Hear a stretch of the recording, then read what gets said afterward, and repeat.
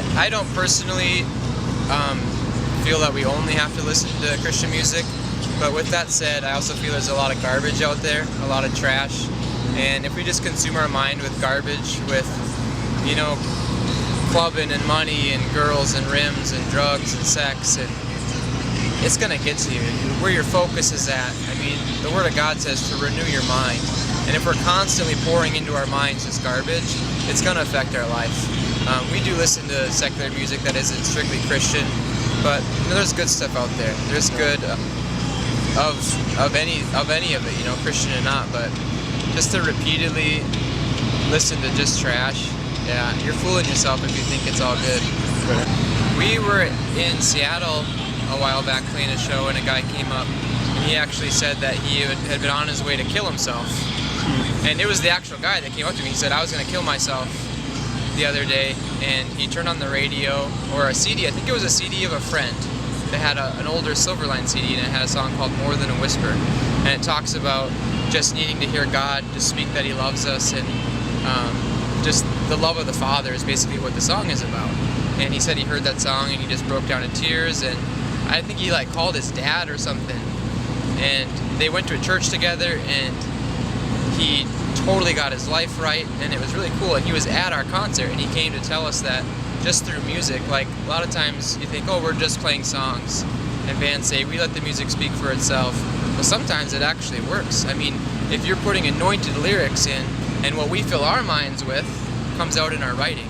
So if we're filling our minds with things of God and things that we're going through, struggles, hard times, and then you know, maybe it has a happy ending, we put that into music, and then somebody else can benefit from that. It can pull them out of a place and just get the chance to pray with Him, to talk with Him, and meet Him. We get different stories like that all the time. We get letters, texts, Facebook is huge.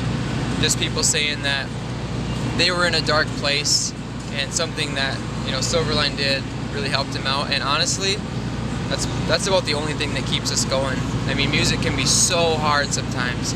You get beat down so hard, and just when you think you're making it, you know, financially and being on the road can be so tough, that the encouragement from the fans or friends, people that have been touched by something we do, it's like it gives us the renewed energy to stay out there, to meet more kids, and because we know that we're affecting people. So it's always encouraging for us too. I mean, we're living in a fatherless generation. We don't have parents that are pouring into their kids. We don't have parents that are raising their kids in the ways of the Lord, that are telling them how much they're loved, that are teaching them godly things. You consume yourself with the world and things apart from God. You try to find success, you try to find happiness, and it's just not there. Even if you are financially successful, even if you're the biggest band in the world, you don't have Christ as the center of your life, and you've just got that hopeless feeling. What's it for? What's the meaning? Why are we here? What's the point of living? You've got kids with messed up families is like more common than one mom, one dad raising a godly family. I mean, that's like the most rare thing you can find these days. And the product of that, let's be honest, it's not all of these disorders we're passing around. We need godly men that can stand up and lead their family like the Bible tells us to. And apart from that, what do you expect to get?